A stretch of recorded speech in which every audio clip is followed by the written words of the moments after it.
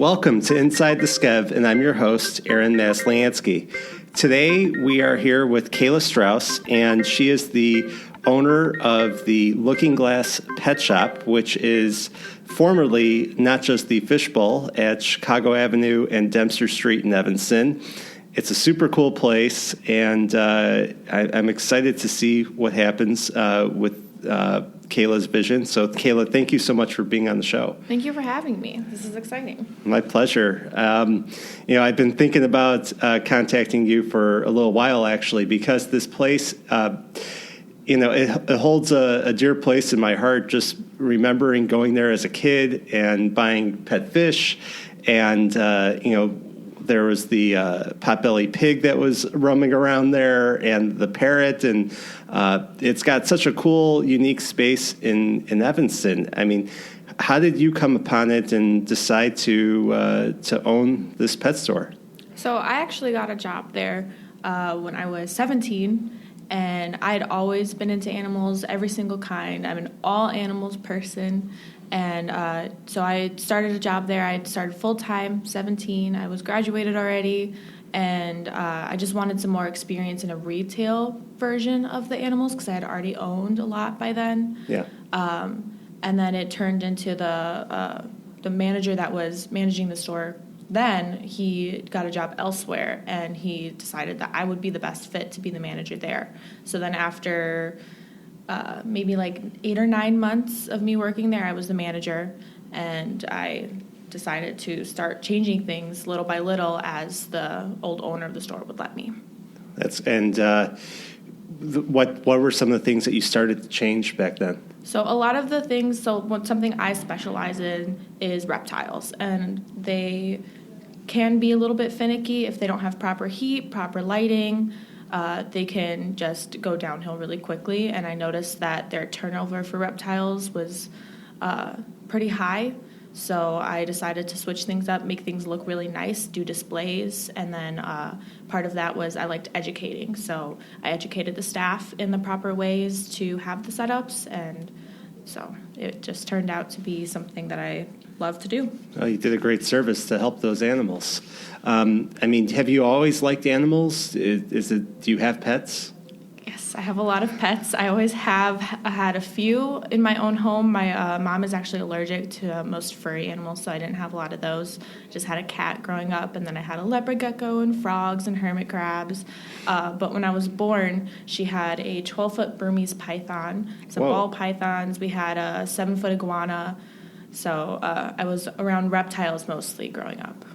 And how many do you have now? I would say probably around 50 or so. So you're really into pets. Yes. You're the perfect person to own a pet store. I am. For sure. So how long have you owned the store now? So I took over completely August 1st.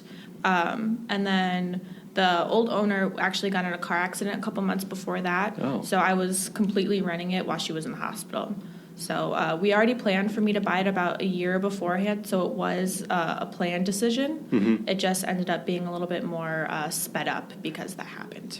And did you decide to change the name just to give it, your own spin on things? It was a couple of things. It was really hard to transfer the name over to the new ownership after I had been there for so long. It was just really complicated. And then I also wanted people to know that, it was a fresh start.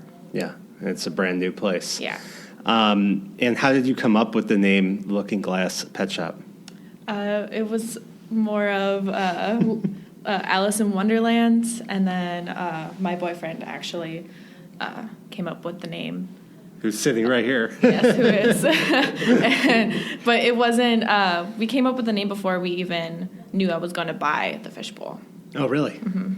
And did you think that if you didn't buy it, you'd maybe open something else somewhere in a different place? That was the plan, yeah. And it just happened to... I'd have something somewhere, and this one just ended up working out. Well, what could be better? What are some of the changes that you're making now that you're the owner? One of the changes is I would I want to know the background on all the animals. I want to know their genetics, their history, so I can guarantee health. I really enjoy breeding my own. So the goal for the future, I can't do it quite yet just for the space, but the goal for the future is either I breed and provide all the animals for sale in the store, or I do adoption. So either I have all the animals for adoption or I bred it myself so I know the history of the animal. And for adoption, right now, are a lot of the pets that you bring in from adoption centers? All of the cats and dogs are from Chicago Animal Care and Control. So we only do rescues for cats and dogs, and then I will pull in bunnies, and we even do fish sometimes, and some reptiles. So fish actually can go up for adoption, so people can bring it to adoption centers, and then it's usually surrendered to the store directly, just because a lot of places in this area don't have any room for exotics and don't know how to handle them, so they just suggest I take them in. Yeah, and how are most pet stores selling cats and dogs? Are they through shelters now, or now actually a couple years ago, all of them were from like puppy mills and breeders who weren't registered. Yeah. So they were coming up with like cancer and different deformities, and they had like worms and different gross things that happen when you don't take care of your animals. Now, though, I noticed that PetSmart and Petco all have from anti-cruelty. Mm-hmm. So they are working on passing laws to make it so that you can only adopt them out in stores, but there are still quite a few that do sell them from puppy mills. Yeah, my sister she's had a couple bulldogs, and one of them, she was the cutest dog. Her name was Priscilla, and unfortunately, by the time she was 2, she had cancer and died. And she was from a pet store, so probably from a puppy mill, and unfortunately, that's what happened. So when she got her next dog, she rescued him. But it's a shame that breeders take advantage of these animals, and these types of things happen. So it's great that that things are changing. But you talk about some of the larger pet store chains. How do you compete with those places? So the main way that I can get over on them is with customer service. We don't just want to sell things to you. We want to educate. We want to make sure you find the right fit for you, because not all animals are good for all lifestyles. Yeah. So we want to make sure that you understand how long these animals will live, what their care entails, and that it's going to be a lifelong thing, not just have it for a little while and then not have it anymore. Right, it's a life. Right. And a lot of them do live a lot longer than what people think. Like birds and reptiles, they all live into their 20s. Mm-hmm. So there was a bird that was at the store for many years. What was the name of the bird, the parrot, and how old is that bird? His name is Gomer. I'm not sure on age. I'd guess maybe 20. Oh, okay. Well, I guess he's a lot older than that. Sorry, I haven't been in Evanston my whole life. I didn't know of the Fishbowl before I actually applied there. Okay. I had been in the store once, and in that time that I was in there, I could see little things that I wanted to fix, even if it was just volunteering. Sure. So Darius actually has been going there since he was 6. And had gotten to know Barb, the old owner of the store, really well. And so he's saying that Gomer was 25. 25 years old. Wow. And those animals, they can live past their 50s, 60s or so? Yeah, 80 years old. Wow. People don't realize that. It is a commitment. It could outlive you. It can. And they're very intelligent. I think they have the intellect of a 4-year-old. Yeah. So they need stimulation and a lot of work, or else they can, get a little antsy. Yeah, I can imagine. And then the pig that was there, that's you told me that it's gone to somebody else's home now? She lives on a farm. She is still alive doing her little pig thing on a farm. If I am correct, I believe it's a petting zoo kind of thing. Yeah. So people do still visit her because she is very friendly. That's awesome. And, so I went in there, took a little tour. I appreciate the time that you spent there with me. And I saw that you had redone it's 2 sections of the store, and one half of it is completely redone. Now, why did you need to redo that? What had happened? So the main upkeep of the store, it's a really old building on top of the fact that we had fish tanks. Yeah. So fish tanks it makes the room very humid, which warps wood, and then on top of that they were leaking. So the floor had to be completely redone all the way to the subflooring, just all of it needed to be ripped out and replaced. So while that had to happen, we just decided to redo the whole entire room. So we actually shut down the 600 address, and we were just working out of the 602 address for a couple months. I'd say like 2 months. It was just the one side. Yeah. And then recently we've moved back into it. And then do you have plans to redo 602? Yes, that will be done in the spring. Okay. And then it'll match the other side. It wasn't as bad. It didn't have any fish tanks on it, but I do want to replace all the fixtures and just kind of upgrade everything. Yeah, it needs it. You know, Yeah. It's the same for the past 30-something years.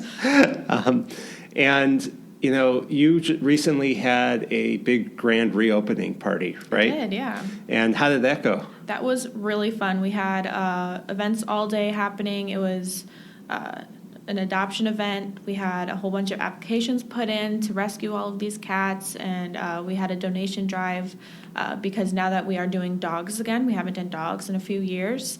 I need like blankets and newspapers just to kind of give them a little bit more comfort. Yeah. So. And why weren't there dogs for a few years? They are a lot of work. They need to go out very often. A lot of times they come from abused homes, and dogs remember that. It's not quite like a cat where it, like, will have a couple behavioral things and then it gets comfortable and takes over your house. A dog kind of needs a little bit more attention and care, and I don't know that we had the space or the time to be able to have the dogs, especially because most of the ones in the shelters are pit bulls, and they do get quite large. Oh, really? I didn't realize that most of the dogs in the shelters are pit bulls. Is that just because people think that they're dangerous and they get rid of them, or? No, usually it's because they're really, really cute puppies, and then they'll get them from a breeder, and then they'll grow them up, realize how strong they are, not train them properly, so they outstrong them, basically, and they either run away or they feel like they can't handle that amount of work and give them up. That's so sad. I mean, they are great dogs. They are. Yeah, you just have to know how to properly train them, which is why it's a good idea to come to a store like yours where people can understand if they're a good fit and know how to work with them. Exactly. Yeah. Do you have plans to have different locations or really just make this one? I do, actually. In a year or two, hopefully and sooner, we do plan on expanding in the location we're at into the next storefront over. And then I'm thinking maybe like 5 years we'll open another storefront. In Evanston or somewhere else in the area? I was thinking maybe in one of the surrounding suburbs. Somewhere still like within a 20-minute drive, but just a little bit further away. Well, that's cool. May I suggest Skokie? Yeah, that's on the radar. Having to do with this show. Yeah.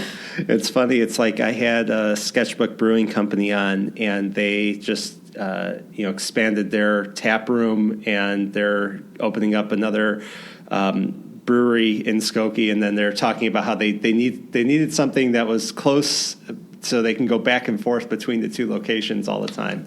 And they're actually next to a pet shelter over there in Skokie. But it makes sense to have some more locations, get the word out more, and continue to grow.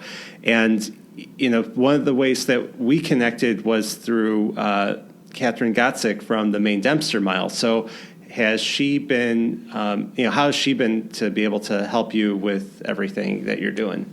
She's been amazing. She is a lot of help with the community. She does all of these little workshops and things for all of the small-owned businesses.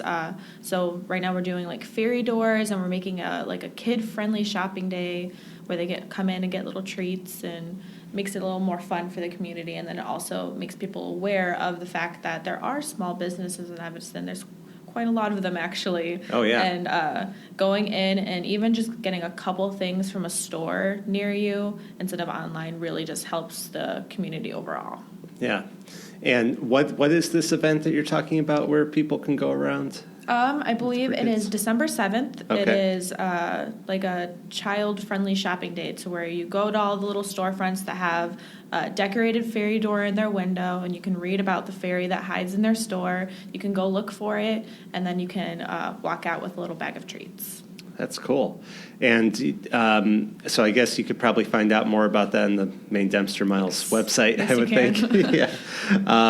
That's a great way to get people involved because, I remember, like I said, as a kid coming into your store, and it was just like a whole bevy of things that you could do because you have the pet store there. There's the ice cream shop, kitty corner. There's Blind Faith Cafe. There's so many different things. I'd have to say it's probably my favorite corner in Evanston. It's a very active corner. It is. And it's so like human scale. It's not like where you're coming into this giant place where maybe it's a shopping mall or, high rises and everything else. It's really where you can go in, you can meet the owners of these places and really get to know the people there, and you're part of the community. Yeah, it's a very friendly environment, family friendly. We're called the 15-minute zoo, so you don't have to come in and necessarily want to get anything, but it's still good to expose your kids really young to different things. Yeah. That way, as they get older, they can figure out what they want. Yeah. And do you have experience, actually, when you speak about zoos, working at zoos? And I have not worked at a zoo. Okay. I am not the biggest fan of giant mammals. I would love to work in the reptile house. I thought that was really cool. Yeah. But I think mainly I wanted to educate people. So if I were to go, I would want to be a volunteer and help educate people on different animals. And if somebody, if you're a kid and you have interest in working with animals, what do you suggest is a way to really get to understand and learn so you can educate people too when you're older? Going and volunteering in places, getting hands-on work experience really helps. The zoo does take volunteers. So if you even wanted to go visit and talk to them about that in person, they do have different options for that. Or I take volunteers. Oh, yeah? Yeah. Do you ever have interns and things like that? Not quite to that scale. We do have scheduled times for the volunteers just so it doesn't get messy. But even I think we take as young as middle school as long as they have parent permission. Wow, that's great.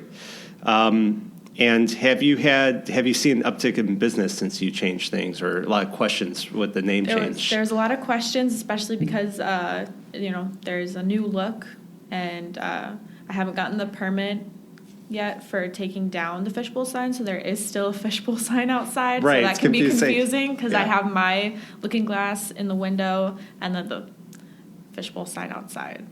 So then are you going to put another looking glass one up on the building? Yeah. Okay. What's going to happen with that sign? I think I'm going to put it in the fish section. Okay. So it's still going to have a little bit of the Fishbowl inside just as for memories, because I do know that it was involved in the community for a really long time, and some people were upset with the change. So I wanted to show that it's not disregarded. It still has its history there. Yeah. Because I was going to say, if you're not going to put it in the store, put it in a history center or something. That is such a cool sign and such a relic for the community. Yeah. Yeah. Wow. And it's just such a cool place, and it's a great opportunity for people to really get to know animals and to really love animals. And I think it's, such a cool part of the community that we have this here. And it's cool to see what you're going to be doing in the future and that it's got new life and everything else. Are you going to plan any events or different things where people come in and learn, or what are some of the other ideas that you have for the space? Some things I wanted to do was workshops. My mom actually is heavily involved and runs different garden projects, so she knows all about healthy greens for pets. You can give cat grass, but there's also plenty of other things you can give other animals that makes their life a little bit easier. It helps with digestion, it helps with skin, and so we're going to do different workshops where you can plant your own and learn about the different benefits of the plants. There's also going to be making bird houses or bird toys. So just little workshops that are kid-friendly and also educational. Oh, that's great. And, just so I guess where people can find out about these events that you're going to be having, where online can you be found and where on social media? I am on Facebook, Instagram, and we do have a website. And is it just the Looking Glass Pet Shop that you could look up? Yes. Okay. And what are your hours? When are you open every day? Right now we're open 12 to 7 during the week, and then the weekend is 12 to 6 and 12 to 5. But we are going to be, I think after this week, 11 for the opening. So it would be 11 to 7. Okay. Well, it's a great way to surprise your kids if you want for the holidays. Get them a dog or something like that. I suggest that. Maybe not for me. We have an allergic family. Yeah, there's different options. You can't be allergic to reptiles. No, that's true. No, I told my kids that I was interviewing you today, and they're like, "Oh, can we get a pet?" And it's hard to say no. So maybe I don't know. But no, you guys have it. A great place to do it. Support the community. But I appreciate you coming on the show, and everyone, please check out the Looking Glass Pet Shop, and thanks for coming on. Thank you for having me. You're welcome.